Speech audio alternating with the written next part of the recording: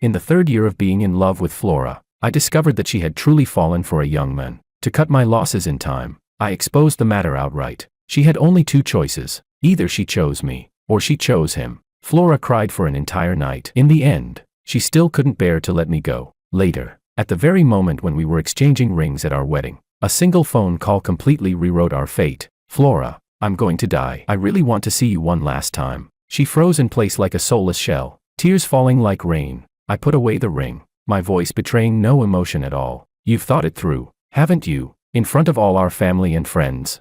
A trace of struggle flashed across her face, but in the end, she still firmed up her choice. Chapter 01. When I learned that Flora had developed genuine feelings for a young man, I locked myself in my room and thought about it for an entire night. I am a very rational person. Although we had only been dating for 3 years, we had known each other for a full 10 years. She had long since permeated my world and become an indispensable part of my life. Therefore, I strongly demanded that she cut off all contact with him, and I even forced that young man out of this city. That way, our relationship could return to how it was at the beginning. But all of that was nothing more than my own wishful thinking. From that day on, fake smiles began to appear on Flora's face. I could feel that she seemed somewhat resistant to spending time alone with me. She was a woman who knew how to enjoy life, yet now she threw herself wholeheartedly into her work. 2 years passed. Flora had become someone who no longer loved romance. Even the various surprises I carefully prepared could no longer stir even the slightest flutter in her heart. Clearly, these were all things she had once asked of me herself. She said it was to keep our relationship feeling fresh.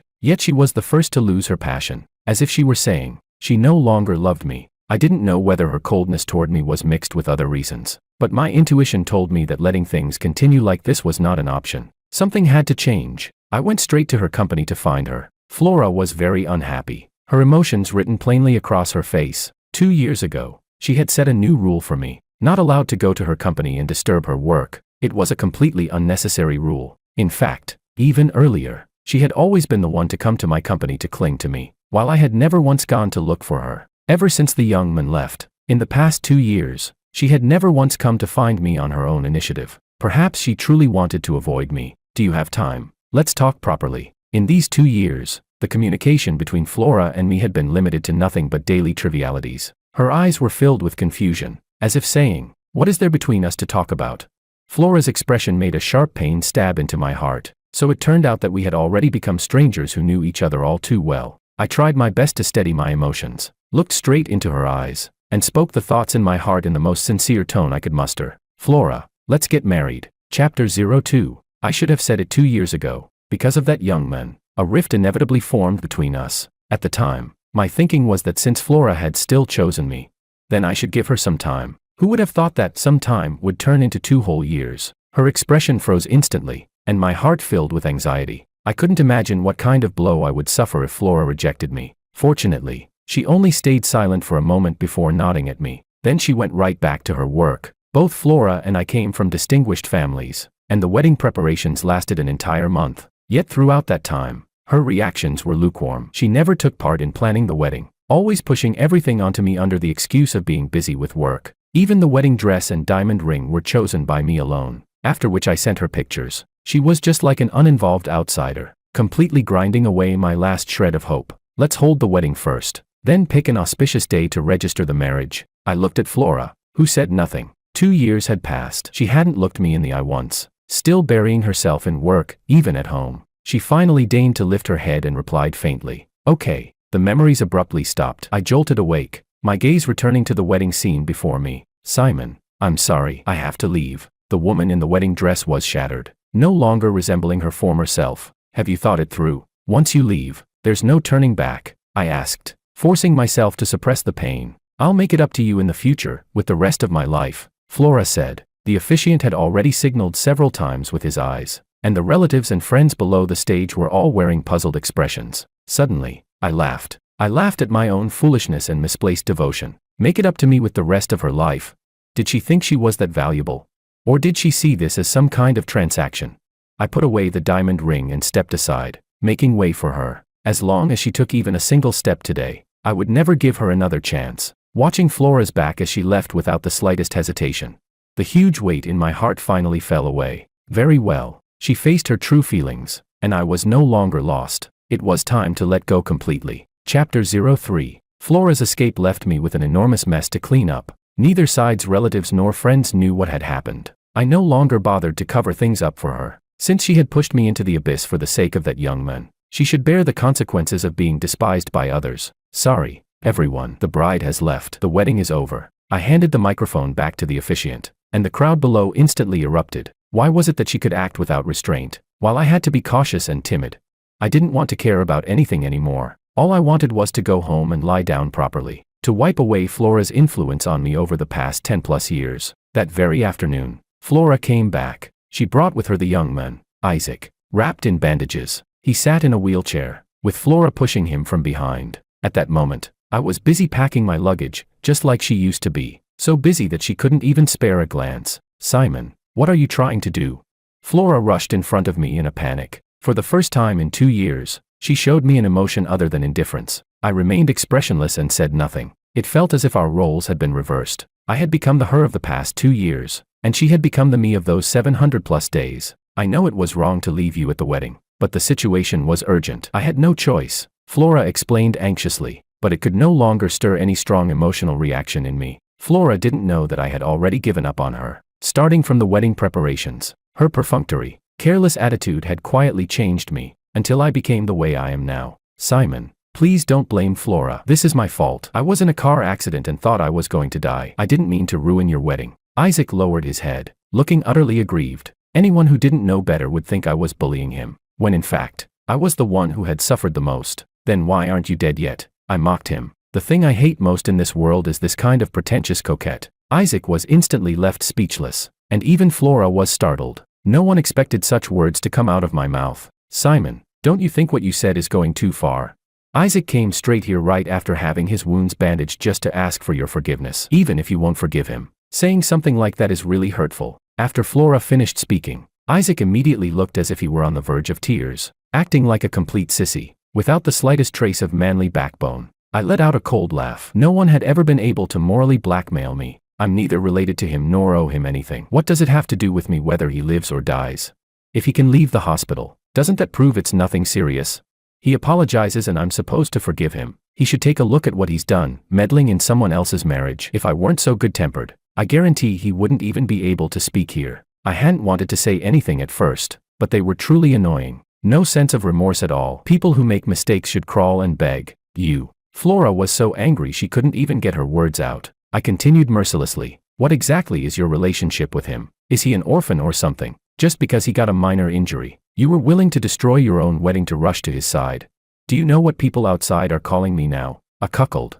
My family and the Sue family were already at odds. If this wasn't handled properly, former in-laws could turn into mortal enemies. There was no way Flora Sue didn't know this, so she thought she was being clever by bringing Isaac over to apologize, trying to make me believe her. Little did she know that this was exactly what touched my deepest nerve. Get out of the way. Don't block me while I pack, I roared in fury. Flora trembled all over, biting her lip. Not knowing how to retort, she started changing the subject, begging me not to leave. I paused in my movements. Fine, I can stay, but you have to move out. 2 choices. Decide for yourself. This apartment was originally bought by me. Flora paid for the renovation, which was hardly cheaper than buying the place itself. Neither of us lacked money. We did it this way purely because we wanted to build our own little home together back then. She didn't know how to answer again. I continued packing my things. Flora thought I was still the same as before, that as long as she hadn't made a choice, I would always wait in place. Can you not leave? If you don't choose, that means you're agreeing to my leaving. Why have you become like this? What's so strange about it? This is all thanks to you. Flora's breath faltered, as if she couldn't quite believe it. That was just how she was, pushing all the blame onto others. You ignored me for 2 whole years. Did I ever once say a single word blaming you? I demanded harshly. I wasn't the only one who had changed. She had too, and the first to change had been her. It seems, we really do need to separate for a while. There's too much misunderstanding between us. We can no longer communicate normally. Seeing that she couldn't argue her way out, Flora finally accepted my decision to leave. A sneer appeared on my face. In the end, she was still shifting the responsibility onto me. You told me you'd cut off all ties with him. You lied to me. I pointed at Isaac in the wheelchair. His face turned pale. Panic he couldn't hide flashing across his features. I couldn't understand how Flora could fall for such a coward, although I didn't delete his contact information. We really haven't had any communication at all these past 2 years, Flora said. Say whatever you want. Lying to me comes at a price. Flora stared at me for a long while, then finally let out a long sigh. Since you're angry, there's nothing I can do. Chapter 04. That night, my buddies asked me out for drinks and a heart-to-heart. Simon, are you out of your damn mind? She's already shitting on your head and you're still not dealing with him. My buddy Ian pointed at my head and cursed without restraint. As my best man, he had lost face right along with me. Can't you handle this crap like a man? What is this now? Do you think you're a woman or something? You argue a few words, curse a bit, and that's it. When it's time to throw punches, you throw punches. I told you a long time ago, this kind of woman is never coming back. You should have cut it off completely 2 years ago. Ian looked like he hated iron for not becoming steel. I downed glass after glass, completely speechless in the face of what he said. Hey, what the hell are you doing? Slow down. Do you think anyone still feels sorry for you now? Don't degrade yourself. Alright, it wasn't until my head was spinning that I finally realized where my limit was. Ian, I understand everything you're saying, but do you know something? Love really isn't something you can just let go of whenever you want. I only dated Flora for 3 years, but we were tangled up together for more than 10. She blended into every part of my life, eroded my entire world. How could it be that easy to cut her off? I leaned over the bar, pretending to be drunk and uncomfortable, when in truth I just didn't want anyone to see how ugly I looked crying. I arrogantly thought I was giving Flora another chance. What I got in return was her trampling all over our relationship. Ian gently patted my back and shook his head with a sigh. He understood everything, he was just standing up for his brother. So, are you still thinking about giving her another chance? Ian asked. You already said I look like a simp now, do you really think I would? 2 years of putting a warm face against a cold shoulder, no matter how firm the feelings are, they eventually get worn away. Flora was probably acting out of spite back then, when I forced her to drive Isaac away. It should have been from that moment on that my love for her gradually faded. Well, that's great then. Lose her and you'll find someone else. Don't hang yourself on one tree, Ian said cheerfully. His happiness left me utterly speechless, as if I'd completely lost the ability to love. After the drinking session ended, half drunk, I sat alone by the river, letting the wind blow over me. I took out the ring I never got to put on Flora's finger. At this moment, it became the most mocking object of all. I raised the box in my hand, planning to bury this pain forever at the bottom of the river. Hey, handsome, hello. A sudden voice interrupted my movement. I turned around, and a girl dressed plainly but with striking looks came into view. Are you planning to throw something away? The girl asked again. I frowned, a little annoyed that this overly familiar stranger had interrupted a decision I'd just made. If you don't want it anymore, could you give it to me? Things that get thrown away must have fallen out of favor with their owner. But truly letting go shouldn't have only one path. Giving it to someone else is also a very good choice. Her words suddenly cleared my mind. The reason I chose to sink the ring into the river was still because of the resentment in my heart. If I had truly let go, then whether I threw it away or not wouldn't matter at all. Can you give it to me? You were going to throw it into the river anyway. The girl extended her hand toward me. A sense of release rose in my heart. Without any hesitation, I placed the ring into her palm. Wow, it's actually a diamond ring. Judging by the quality, it must be worth quite a lot. And you were really willing to throw it into the river? She looked at me seriously. You're someone with a story. It's nothing. All in the past, I replied. It's something meant to last forever. If it sinks to the bottom of the river, who knows how long it'll take before it ever sees the light of day again. I found it a bit amusing. Where did this sentimental girl come from? Sighing over a lifeless object. She sat down beside me. Seeing that I had something on my mind, she barely spoke, quietly keeping me company until I took the initiative to leave. Maybe she wanted to repay me for giving her the diamond ring. My name is Daisy. Thank you for the gift.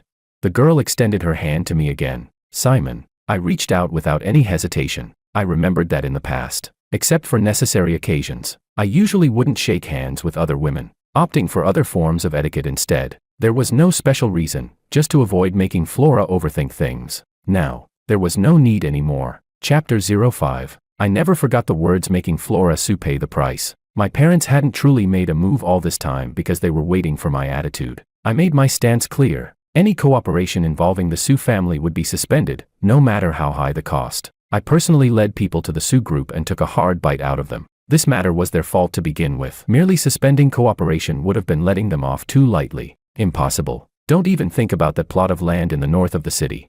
Flora Sue slammed the table and stood up. Isaac, sitting beside her, was also filled with anger. I hadn't expected him to have returned to work at the Sue company. He used to be Flora's assistant, until I forced her to fire him. Oh, isn't this the pretentious coquette guy? Ian sneered. The male homewrecker who meddled in someone else's marriage. What? Hooked up with a rich woman now?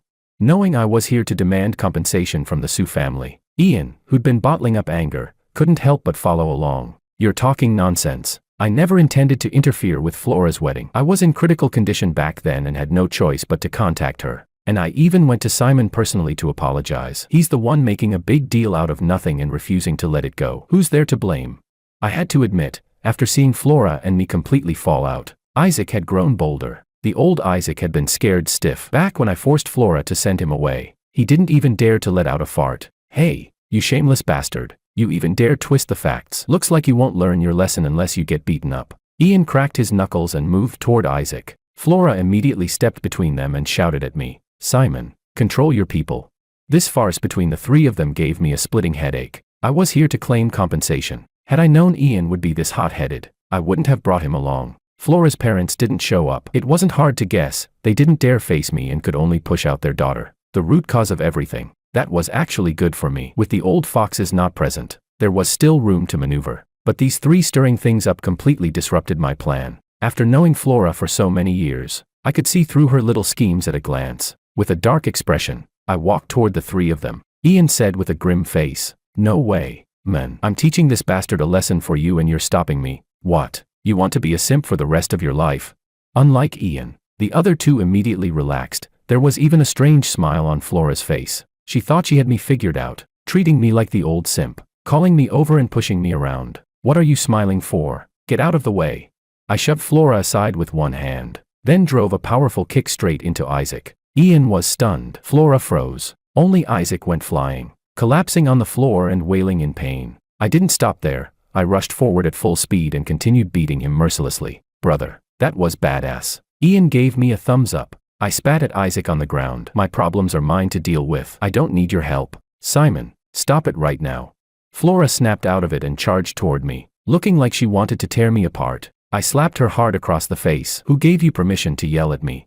The slap left her dazed. She clutched her cheek, her eyes filled with disbelief. I added another kick to Isaac on the ground. He screamed loudly, but Flora didn't move anymore. I stared at her coldly. Now can we finally calm down and talk properly? My patience is limited. If you keep provoking me, you know what the consequences will be. Flora nodded dully, as if her soul had left her body. Chapter 06. I want the land in the north of the city. Hand it over. I wasn't negotiating with Flora. I was giving an order. At this point, who was there to talk about feelings with her anymore? It took Flora a long time before she finally spoke. That condition is too harsh. I can't accept it. Then we'll go through the legal process. I said coldly. Pay my family the sky-high breach penalty, 10 billion. Flora Sue shot to her feet in shock, her gaze trembling as she struggled to suppress something. Do you really have to be this ruthless? That sentence seemed to drain all her strength. She collapsed back into her chair, completely deflated. Haven't you always been the ruthless one? I said calmly. Do you remember what I told you last time? Lying to me comes at a price. I had already figured out the Sue family's current situation. Because of this scandal, the price they paid was far greater than what my family suffered. Not only were many collaborations forcibly terminated, their stock price had also plunged. Their liquid funds didn't even reach 10 billion. As the party at fault, the Sue family was in breach of contract. They couldn't afford to pay, so the land could only be used to offset the debt. Why are you being so cruel to me? Are you trying to drive me to death? 2 streams of tears slid down Flora's face, her eyes filled with grievance. Good question, I replied flatly. Why do you think? Then I let the resentment buried deep inside me pour out. Because you clearly promised to marry me. Yet on our wedding day you abandoned me to go accompany another man. Because you trampled on my feelings and toyed with me like I was an idiot. Because everyone is calling me a pathetic loser who dares to be angry but not speak up. But none of that really matters anymore. I changed my tone, and the words I spoke shattered what little remained of Flora's fragile heart. This time, it's my turn to stop loving you. Flora lost her mind. She lunged at me like a madwoman and knocked me to the ground. Fat tears kept dripping onto my face. We locked eyes. Yet I stared at her expressionlessly, my heart completely unmoved. No, this isn't right, it shouldn't be like this. Flora kept repeating the same sentence over and over. I slowly pushed her away. My voice remained as cold and resolute as ever. I gave you chances. You just didn't cherish them. You have one day to think it over. I'm not negotiating. The land in the north of the city is mine. No matter what. Without waiting for any response from Flora, I left her office. The goal had already been achieved. Any further arguing would be meaningless. Damn, bro. I just realized today, you're actually this manly. Ian's eyes were practically sparkling. I felt a little disgusted. This was completely out of character for him. Isaac was cowering in a corner nearby. full of guarded fear, judging by the look of him. Ian probably hadn't gone easy on him while Flora and I were talking alone. "Aren't you going to the hospital?" I mocked. "After taking that many hits, what if you actually die?"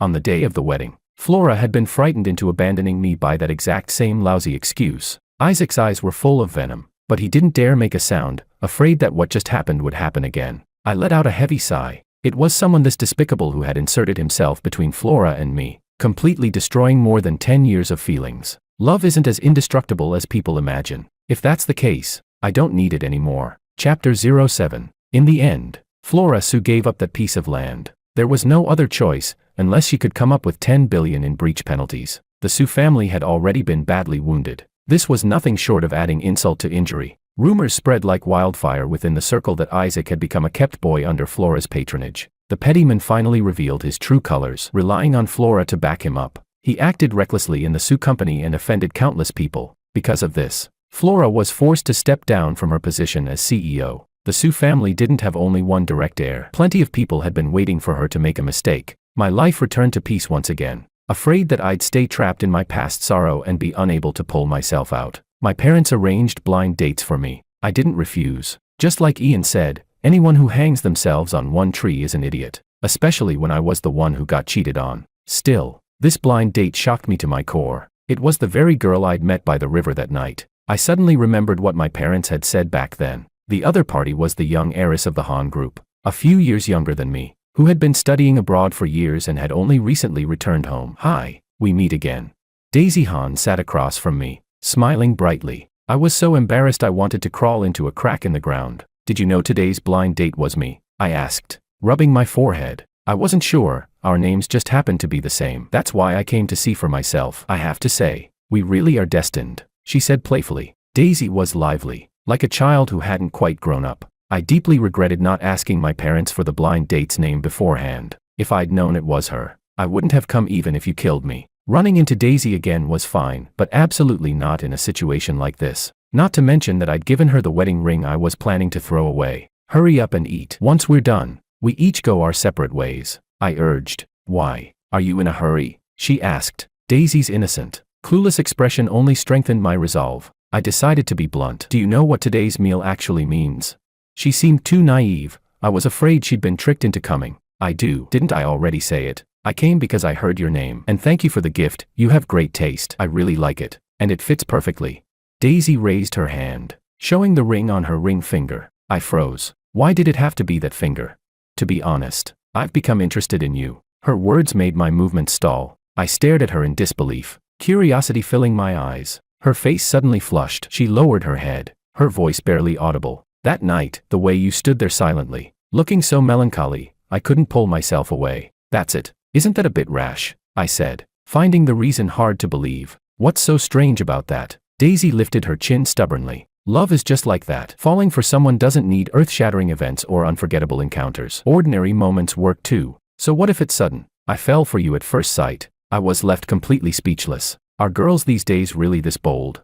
No wonder she'd studied abroad, no playing coy, just a straight shot. "But you know, I've been in a relationship before," I said, pointing at the ring on her finger. "Its existence proved everything." "So what?" she replied calmly. "When you handed it to me, it meant you'd already let go, didn't it?" I could feel your sense of release. My pupils shrank. She was right. It was only when I gave her that ring that I truly let go, completely releasing all my feelings for Flora. Suddenly, I felt that Daisy and I were the same kind of people, equally sentimental. Maybe our thoughts that night had been the same. That was why neither of us spoke, quietly keeping each other company until late into the night. "Don't you think this is fate? You gave me a wedding ring before, and now we're on a blind date. It's like a cycle. We were destined to meet again." Her words were so direct that I didn't know how to respond. She had seen me at my most lost and broken, yet I didn't feel uncomfortable at all. There was something inexplicably warm about her, something that made people want to open up. We ended up eating for more than 3 hours. The deeper we talked, the more I realized how absurdly many interests we shared. "Let's exchange contact info. This time, we finally have a perfectly legitimate reason," Daisy said first. "Okay." I took out my phone without any hesitation. "Let's keep in touch." At that moment, Daisy and I finally became real friends. Chapter 08. Flora wanted to ask me out to talk. I thought there was something wrong with her head. At this point, there was nothing left to talk about. She had destroyed our marriage, and I had made her pay a heavy price. between her and me. Things had long since become irreconcilable. She refused to give up, bombarding me with calls. Once I blocked one number, she'd call again from a new one. Left with no choice, I agreed. But I wasn't without a temper either. I deliberately left her waiting for 2 full hours. Back then, when I was the one putting a warm face against her cold shoulder, she'd stood me up like this countless times. You must have waited a long time. Sorry, work's been busy. I used the same excuse Flora used to give me. Only then did I finally understand her mindset toward me back then. No different from how one treats a stranger. Can you not be like this? Flora wore a pained expression. She clearly heard the distance in my tone. My eyes widened. You treated me like this back then too. Why don't you like it now? Flora's breath faltered. She lowered her head and said nothing. Only when roles are reversed can one truly feel the other person's embarrassment. The corner of my mouth curled slightly. She must be feeling it deeply now. Not saying anything. Then I'm leaving. I didn't come here to watch you stay silent. Flora panicked. Simon, can't we go back to how things were? It's been over a month. We should both be calm enough now to talk things through properly. I looked at her as if she were an idiot. Is there something wrong with my brain? Or are you mentally unwell? Things have blown up to this extent. What makes you think there's still any chance we could get back together? I felt utterly speechless. Flora still thought I was the old simp. So in love with her that even after discovering her cheating, I'd still give her chances. But we've been together for so many years. How could it just end like that? Flora said anxiously. You've got the nerve to say that. I shot back. So you know we had years together. Then tell me, why did those years fall apart the moment and nobody appeared? Why was our relationship, built over so many years, abandoned at the most important moment of our lives, our wedding, because of a single phone call, leaving me behind? Go on, tell me, why did years of feelings end up like this? Every word cut straight to the heart. Flora panicked, tears streaming down her face, able only to repeat, I'm sorry, over and over. It was my fault. Back then, I felt that you forcing me to choose hurt my pride. I shouldn't have sulked and gone cold on you for 2 years. I'm someone who thinks for herself. I ran away from the wedding because I wanted to get back at you for forcing that decision on me. My pride just wouldn't let it go. The one I truly loved was you, not Isaac. That's why, in the beginning, I chose you. Flora finally revealed the truth behind her fleeing the wedding. Her emotions collapsed completely as she rushed forward and hugged me. But it was far too late. Even if what she said was true, so what? Some things simply cannot be done, like running away from a wedding. Someone who can treat marriage as a joke doesn't deserve love. I no longer lingered in her embrace and gently pushed her away. Since you're someone who can think, you should know there's no longer any possibility between us. I said with a sigh. No, we still have a chance. As long as you don't mind, we can go back to how things were. Suddenly, I felt a deep sense of sorrow. What exactly did Flora take me for? How could she even say something like that? I do mind. I mind so much I want to die. Her shameless words ignited a towering rage within me. I knew with absolute clarity that I could no longer have any entanglement with her. I slapped her hard across the face, using it to prove my resolve. This slap is me returning what I'm owed. From now on, you walk your narrow bridge. I walk my broad road. We have nothing to do with each other anymore. I turned around and left without hesitation. Flora, her face full of despair, finally couldn't stand anymore and collapsed to the ground. Letting go of someone doesn't actually take that much time. As long as you figure things out for yourself, that's enough. Since the one who made the mistake wasn't you, why make things hard on yourself? Chapter 09. 2 years passed in the blink of an eye. During that time, my relationship with Daisy grew deeper and deeper. Until today, our engagement ceremony, holding her hand. Everything felt unreal. What had once been a chance encounter had now almost reached a perfect conclusion. Hey, your ex sent a gift, Daisy said as she flipped through the congratulatory presents. I froze for a moment. Memories of everything Flora had done over the past 2 years surfaced in my mind. Ever since the last time I slapped her, Flora seemed to have become a completely different person. She truly threw herself into her work. In just 2 years, she forcefully dragged the Sue family's declining business back onto the right track. Even more surprising was that she fired Isaac and drove him out of the city. As if she had made up her mind, Flora followed the life path we had once planned together. Ignoring gossip and rumors, she began pursuing me again. Occasional phone calls, messages, even staged chance encounters. Flora regretted it, but she realized it far too late. I would never give her another chance. Not until I made my relationship with Daisy public. She didn't cry or make a scene. There was no despair on her face, and her eyes, long since shattered, held no emotion at all. She simply turned around and walked away. What does this mean? Daisy's voice pulled me back to the present. I looked over. A pure white wedding dress came into view. I was instantly stunned. It was the very wedding dress I had chosen back then for our wedding. This is the wedding dress you picked for her, isn't it? Daisy was smart, she guessed everything from my expression. Then the message is obvious. It's provocation. I even thought she'd suddenly grown kind enough to pick a wedding dress for me. Looks like your ex is still hung up on you. Daisy's voice revealed no emotion. I was full of embarrassment and didn't dare respond, afraid that one wrong word would make things worse. Flora and Daisy had crossed paths many times already. There had never been any open conflict between them, so calm it almost felt unsettling. I've decided. I'll wear this on our wedding day, Daisy said with a smile. I stared at her in disbelief, unable to figure out what she was thinking. What? Why that look? Is my decision really that strange? No, I just think the wedding dress was custom made. It might not fit you. I couldn't say what I really meant, so I made up a clumsy excuse. Though their figures were quite similar, it would probably fit. Stop pretending. You think I don't know what you're worried about, Daisy said lightly. Relax. I won't take it to heart. Since it's provocation, of course I have to accept it. I want to prove to Flora that the wedding she failed to complete in that dress, Daisy, can. She looked at me with deep affection. The most important thing is that I want to untie the knot in your heart. Something you personally chose deserves a complete ending, just like this ring. I glanced at the ring on her ring finger. It was still the same one I had once planned to sink into the river. I had wanted to choose a new ring for Daisy, but she refused. She said rings were useless in excess. One was enough. Chapter 10. On the day of the wedding, Flora still came. Even though many people didn't welcome her, she held her head high, paying no attention to anyone's gaze. Flora looked at me with deep affection, as if it were the time when our relationship had been at its best. This time, you must be happy, she said. Of course, I replied. Flora smiled. She smiled, and then tears began to fall. She turned her gaze to Daisy beside me. Her eyes filled with longing as she became helplessly lost in memory. Perhaps seeing Daisy in that wedding dress reminded her of who she once was. What I couldn't do, you'll complete it for me, won't you? Flora asked Daisy. Daisy lifted her right hand, interlaced tightly with mine, and answered with the same words I had used. Of course.